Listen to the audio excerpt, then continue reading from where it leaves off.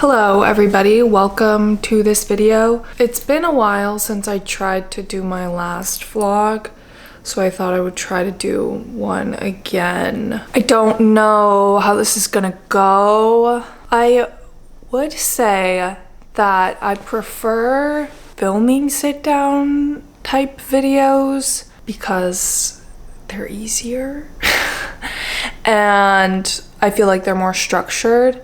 And I feel more comfortable I feel more comfortable going about it. But I feel like with the vlogging, it's just like film everything and see how it turns out. But I feel like the one thing sit down videos lack is like a personal aspect. So I thought I would film a vlog, and I will try to film more every once in a while. So people can get to know me on a personal level, just because I feel like vlogs make way for the sharing of things that wouldn't come about in a sit-down video where I just talk about books for a long time. That being said, I don't have much happening this weekend, mostly just hanging out with my friends at home because it is fucking cold outside. So, and if you can hear my cat, he's meowing for attention. But yeah, it's really cold. It was like on Tuesday, I had to go into the office. I do work a 9 to 5 or 8 to 5 or whatever job. And when I stepped outside, the real feel was negative 18 degrees. So yeah, I got like wind burn on my cheeks, and I was outside for maybe collectively to and from work. I was outside for maybe 10 minutes and my skin was fucked. So yeah, but it's much less cold.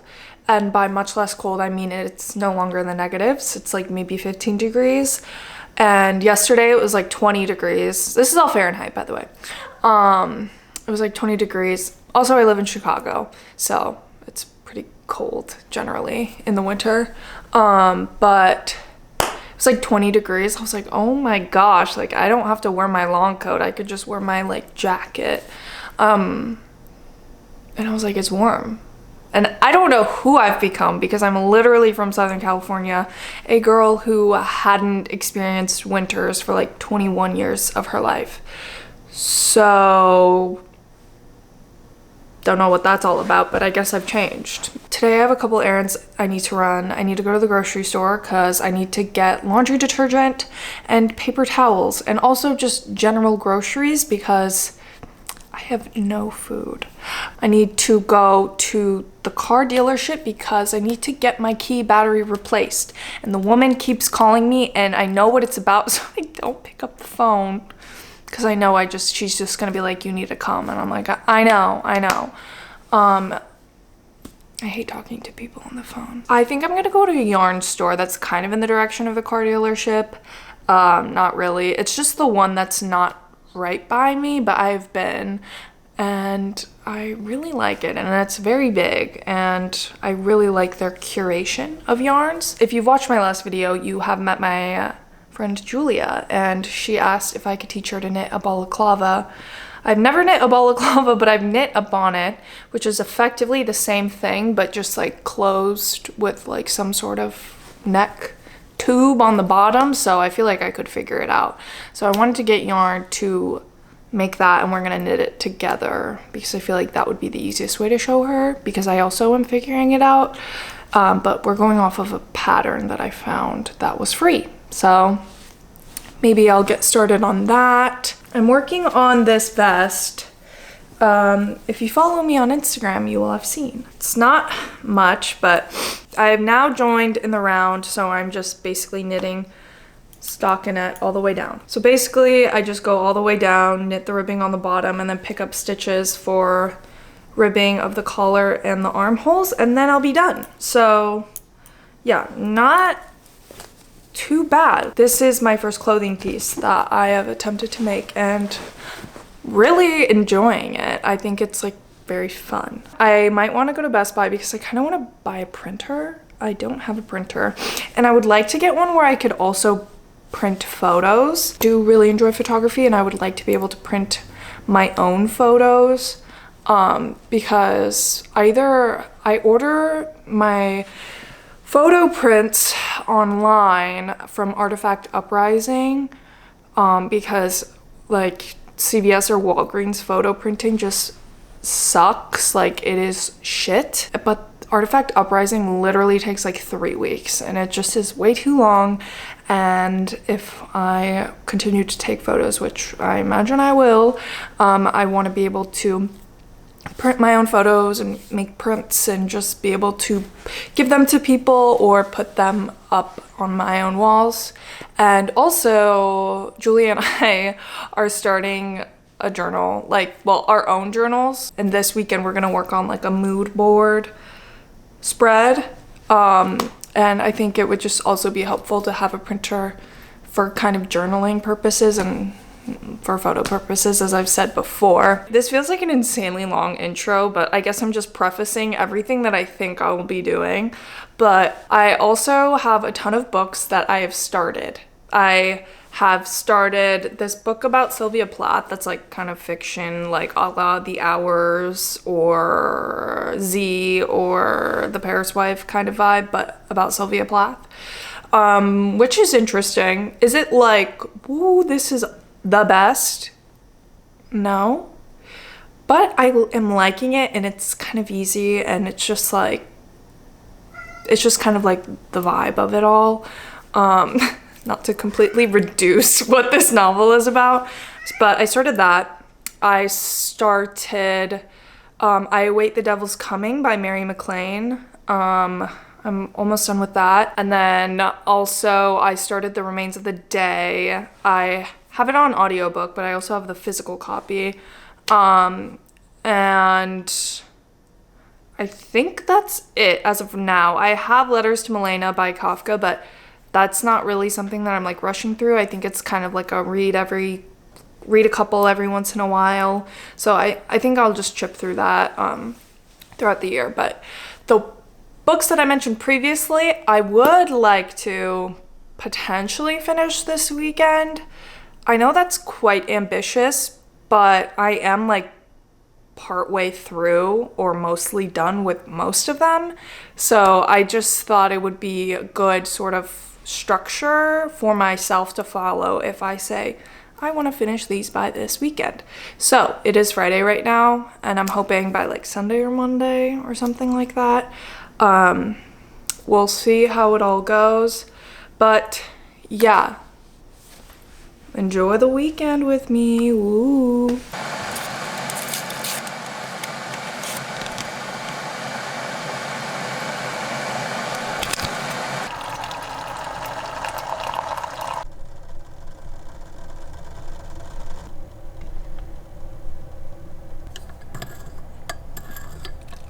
Pretty skippy, so we can, there's a lot of content out this time of year. I thought about this kind of in terms, this is another piece that I feel like I can wear a lot of.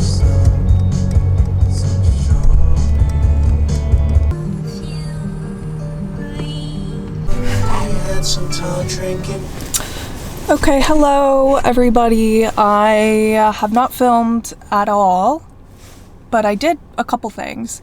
I went to the car dealership where I got my key battery replaced, and because I am not particularly confident in doing the air pressure on my tires, I asked if they could do it for me, and they did. So I did not want to do that at all, but I knew it had to be done, so I did it.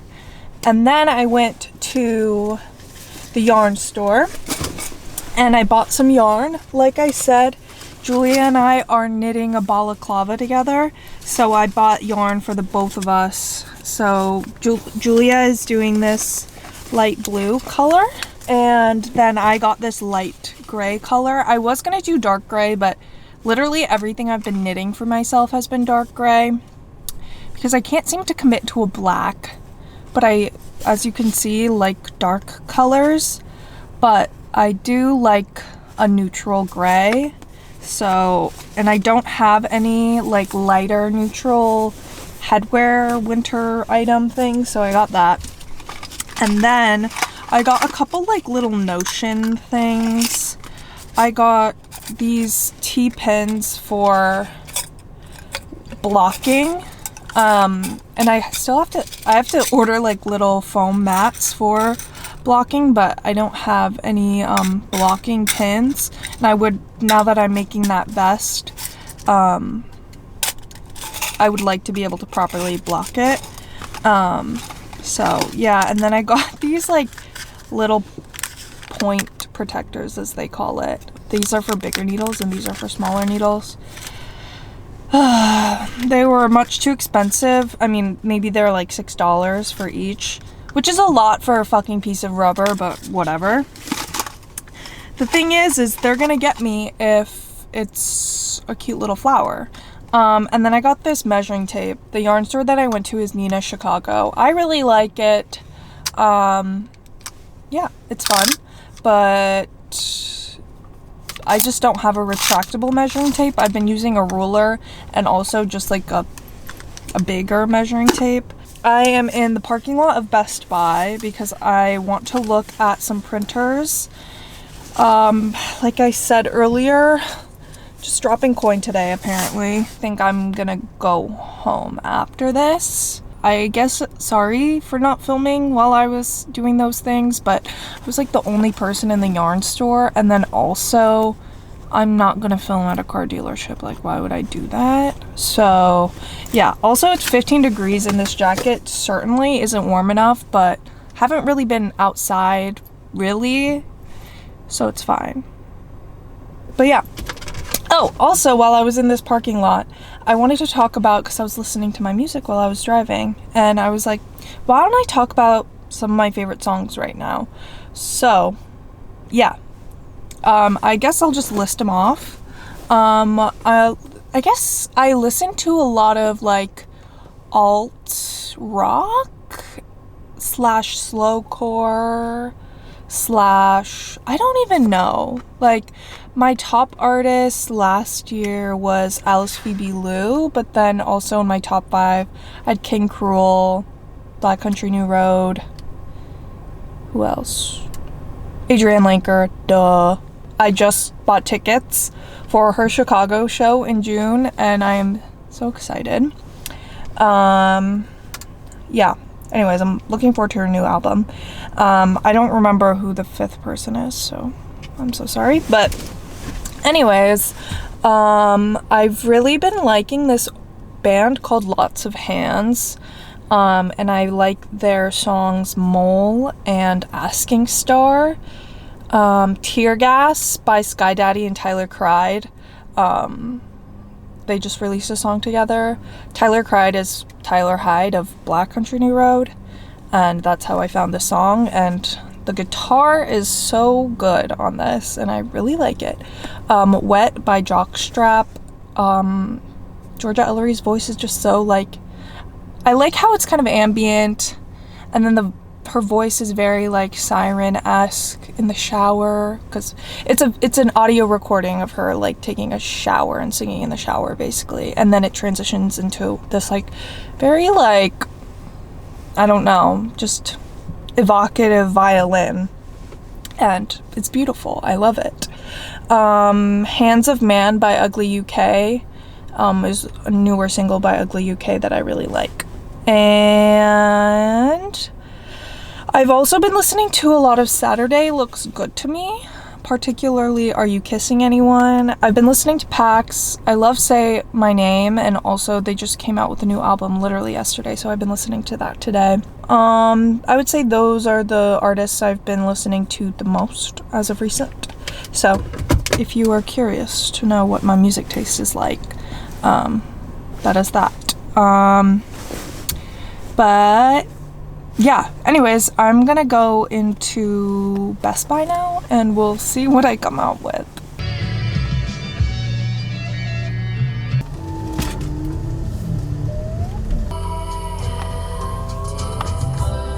Okay, just so everybody knows, I do have a face mask on, so and it's like kind of drying on the outside. Anyways, I am looking at myself and I look crazy, but sometimes I guess we just have to be a little bit vulnerable. And I'm just living my face mask fantasy right now, but I'm using like the Innisfree Volcanic one, and I like it. I got a Sephora gift card for Christmas, so I got a bunch of skincare, and one of those things was this. Yeah, I haven't been taking care of my skin very well, so I thought I should probably do something about that. But yeah, of course, I didn't film anything. My friends did come over, and we watched Drag Race, and yeah, I don't want to spoil anything, but I thought it was a good episode. Now, as you can see, I'm like getting ready to go to bed, and I want to clean my apartment a little bit, and then I'm probably just gonna read and then go to sleep. And I think that is my MO for the night. So, talk to you tomorrow.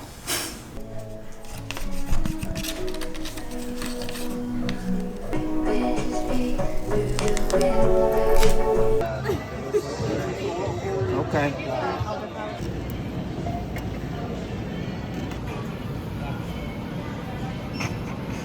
Hello everybody, I believe I am coming to you from the future depending on how I edit this. I realized I haven't really talked about any books thus far in the vlog footage that I've filmed, and I thought it would be better to kind of piece it throughout the video rather than have it all at the end. So I guess I wanted to use this portion of the video to talk about the remains of the day, because I finished that last week, and I guess I wanted to talk about my thoughts. The only other ishiguro that I've read was, or is, Never Let Me Go, and that is one of probably, like, it's in my top 10 favorite books of all time. But The Remains of the Day, while incredible, and I acknowledge, you know, the acclaim that it has received, it didn't like hit as hard for me as Never Let Me Go did. I think it was just because it is from the first person perspective of the butler, and it is very much like the unreliable narrator trope, in which a lot of his thoughts and the dialogue that we are shown are very much coded through our main character's own perspective and understanding of the world, etc. But basically it is following this butler. He's narrating from the time that is post World War II, but recounts a lot of memories that was pre World War II, in which he worked for this lord, I guess, in England. He worked at a very well-known estate, and he was known to be a very established butler in a traditional sense, and he took a lot of pride in his craft of being a butler and serving his lord. Not to give too much away, but it is interesting when looking back on some of the things that he recounted in the beginning of the novel, because that was prior to where the reader really understands the perspective of the butler fully, and towards the end you kind of understand, like, okay, so this is kind of his vibe, like, he's kind of emotionally stunted, not intrinsically, but I think through all of the external things in his life of being a butler. His father was a very well-known butler. He was very much groomed to become this almost unemotional person, in the sense that his emotions were not a priority ever, because he was serving this butler, or he was serving this lord all the time. Everyone was saying the end is this heartbreaking moment, and while it was a little like, oh, I wasn't like shattered. I was very much shattered when I finished Never Let Me Go. But I don't know. For anybody who has read Ishiguro, I would love to know what your thoughts were. If you've read Never Let Me Go and The Remains of the Day, which one you liked better. If you did like any of them. If you didn't, I don't know. Hello, good morning. I haven't vlogged for a couple days. It's almost 8 and I need to go to work like now. I'm in my like corporate garb. I'm standing on my bed. Luckily I can wear business casual, so I have these jeans from Uniqlo, and then this is a Saison sweater that I love. Not that anyone really asked for the OOTD, but I haven't really ever vlogged or video recorded. I've never recorded during the work week, so I thought maybe I'll try. My weeks aren't very eventful. I just like go to work, do my little things, sometimes see my friends, knit, read, sleep. But yeah, also I haven't shared what my job is here, and that's because I just don't necessarily resonate with the identity of my job, if that makes any sense. I work as a data analyst at a finance firm, so that is what I do. I studied finance and data analytics in college, and so that's why I'm here. Is it my life's passion? No. Do I agree ethically with everything that goes on? No. But I also don't know what else to do, so we're figuring that one out. But yeah, I thought I would share that, and I need to go to work, so bye.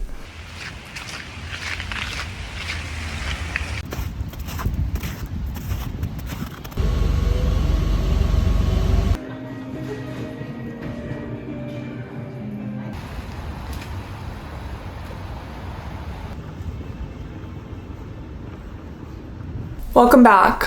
I am here to talk about the next book that I've been reading.